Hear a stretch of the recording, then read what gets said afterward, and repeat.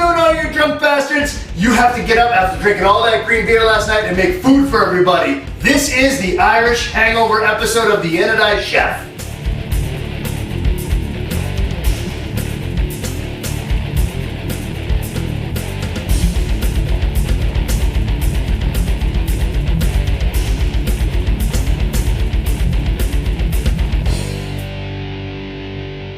So, I owe you an apology because we haven't officially done a boiled dinner yet, so I can't really show you how we actually do the corned beef. But this episode is a premature encore, if you will. Really what it is it's after the fact that the corned beef is already cooked. We're going to use a already cooked product, basically like a leftover. So that's why we're calling it the premature encore. But let's talk a little bit about the corned beef. There's a couple of different kinds and there's also a couple of different cuts. But what we have here today is we have the thin cut red. And it's usually the better cut of the corned beef, but this is the red. And what the difference between the red and the gray meat is the red is it's a pickled version. It's more of a they add different coloring to it. It's a salt brine, but they also have other flavors in there. Whereas the brown, the gray corned beef, is more of just a salt and sugar cure. So there's a little bit of a difference there, and it's really a preference. One of the things I've found as I talk to people about corned beef and cabbage is you either like gray or you like red. You know what side you're on. I like both for different applications. For corned beef hash, I like the red, but I'll tell you something. I'm a big fan of the gray as well for boiled dinner. So, but we will catch up to that, and I promise you that we'll do a nice boiled dinner episode. But for this episode, what we've got is we've got this nice thin cut of red corned beef, and basically how you prepare that is you want to go ahead and set it and forget it. You want to throw it into a crock pot early in the morning and let it simmer for hours, 3 to 4 hours. Depends on the size of the cut. We just have probably about a half a pound here, but if you wanted to do enough for a bunch of people, say you've got 4 or 5 people, nice roast of a couple pounds, and you want to throw that just in cold water. You bring that up to a boil and you drop it to a simmer and let it cook slow and low all day. Throw it in a crock pot and broski, you're good to go. So when you come home, it'll start to fall apart and shred, and that's how you know when it's done. It's really when the meat is so tender that it just starts to flake off, and you can see the grains in the meat. And I've actually got a demo of that also. But I just kind of wanted to touch base on the corned beef for a couple seconds here. But let's get the corned beef out of the way, and we'll get right into the potatoes. And what we're going to do with the potatoes is we're doing the bachelor's hash. And what the bachelor's hash is it's really, there's a few key components. You've got the corned beef, you've got the potato, you've got garlic, and you've got diced onion. And the reason why it's bachelor's hash is it's whatever else is in your fridge for vegetables. You throw them in there, and you're going to make a homemade hash out of it. We've got a nice array of vegetables here, but really, it's whatever's in your fridge, you're good to go. So I've got a box grater here. You can use any kind of grater that you have there. These are about 1/4 inch holes. It's like a cheese grater. And what we're going to do is we're just going to take our potato and we're going to slide it right down the cheese grater.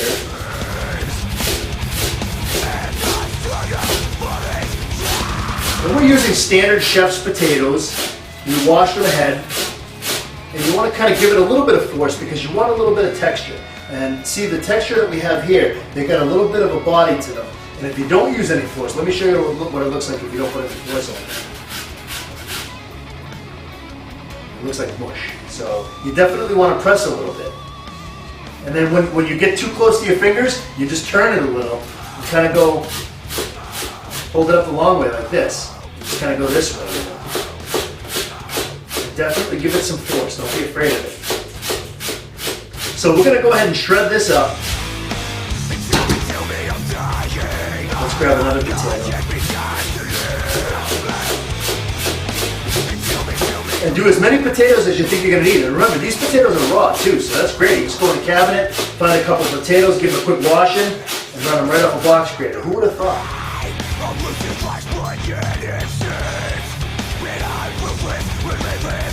And I think we're going to go with just the 2 potatoes here. That'll probably be enough for about 3 or 4 people right here. So let's get this, and we'll get this in our bowl.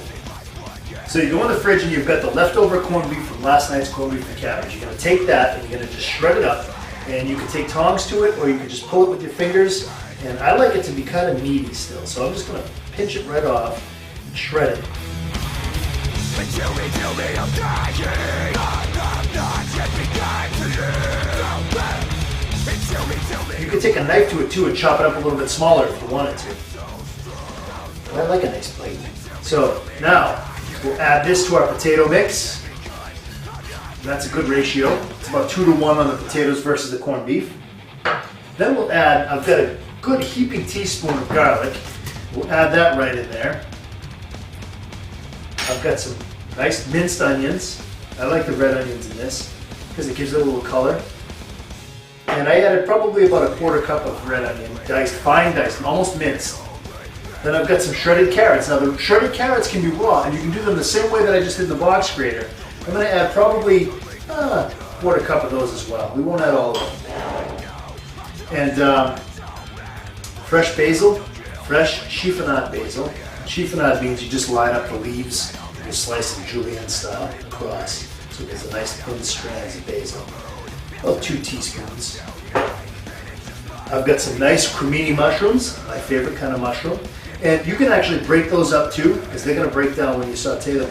You don't need them to be this big. I've got them sliced, but I'm just kind of breaking them loosely with my fingers, throwing them in there. Again, it can be any kind of vegetables that you have on hand. I got some diced bell pepper. We'll add a couple of teaspoons of those. That adds a nice color.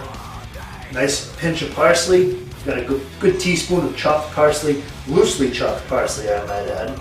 I don't know who chopped this, but whoever it is going to be fired after this episode, I promise.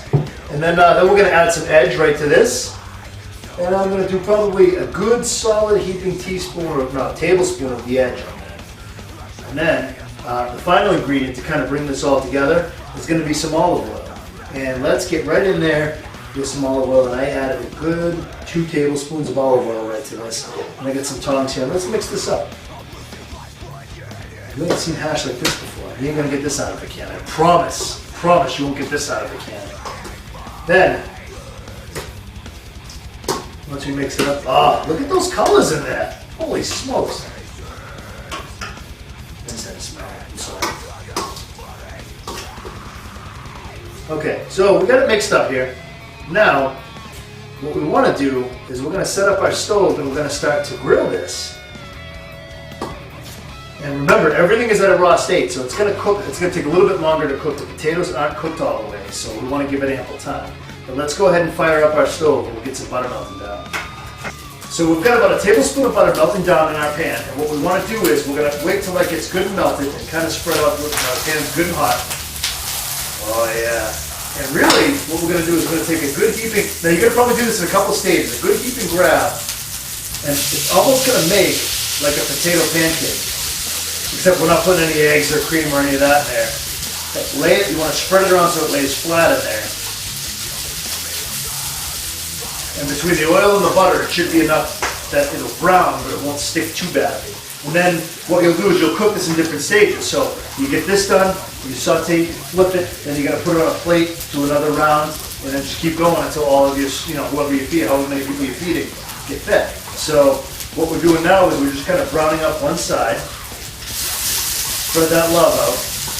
Make sure you get a good balance of meat and vegetables and color in there. There's a ton of flavor in there. We're going to add a little bit more edge at the end too, because we're going to taste it first. I only added that little bit in the beginning just because I wanted to give it a little bit of seasoning ahead. Oh man, it smells incredible already. Make sure you're using a good non-stick pan or something that doesn't tend to stick a lot in your house, only because if you use one that you've had problems with in the past, this one is sure to stick on you. So give yourself the good pan, the good quality stuff.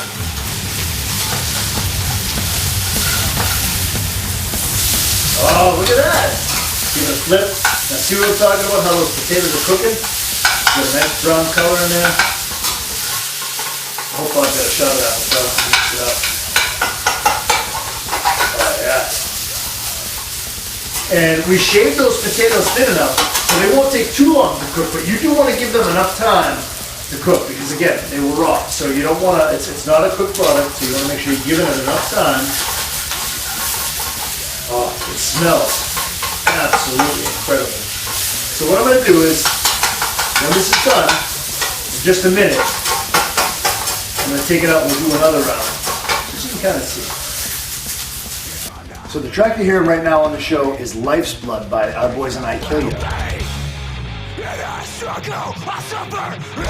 And you can check out more information on those guys on their Facebook fan page, or you can go directly to IKILLYA.com.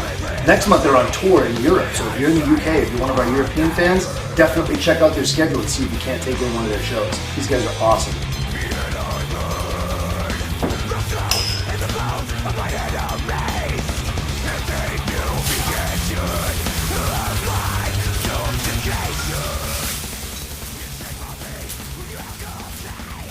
Alright, that's good. That's done. Now, I'm going to go ahead and go right into the next one. Throw another piece of butter in there. Get that butter melted down. And throw another round in. Oh yeah, baby. Way too much. You only want to add enough hash just to kind of cover a thin layer across the bottom of the pan. If you have more than that, it's not going to cook all the way. It's going to take a lot longer to cook. So give yourself the layer, spread it out, and the thin layer is really the key.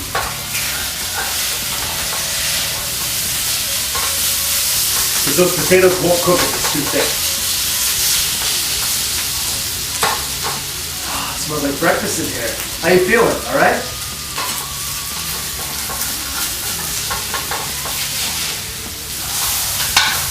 You regretting that Danny Boy karaoke yet?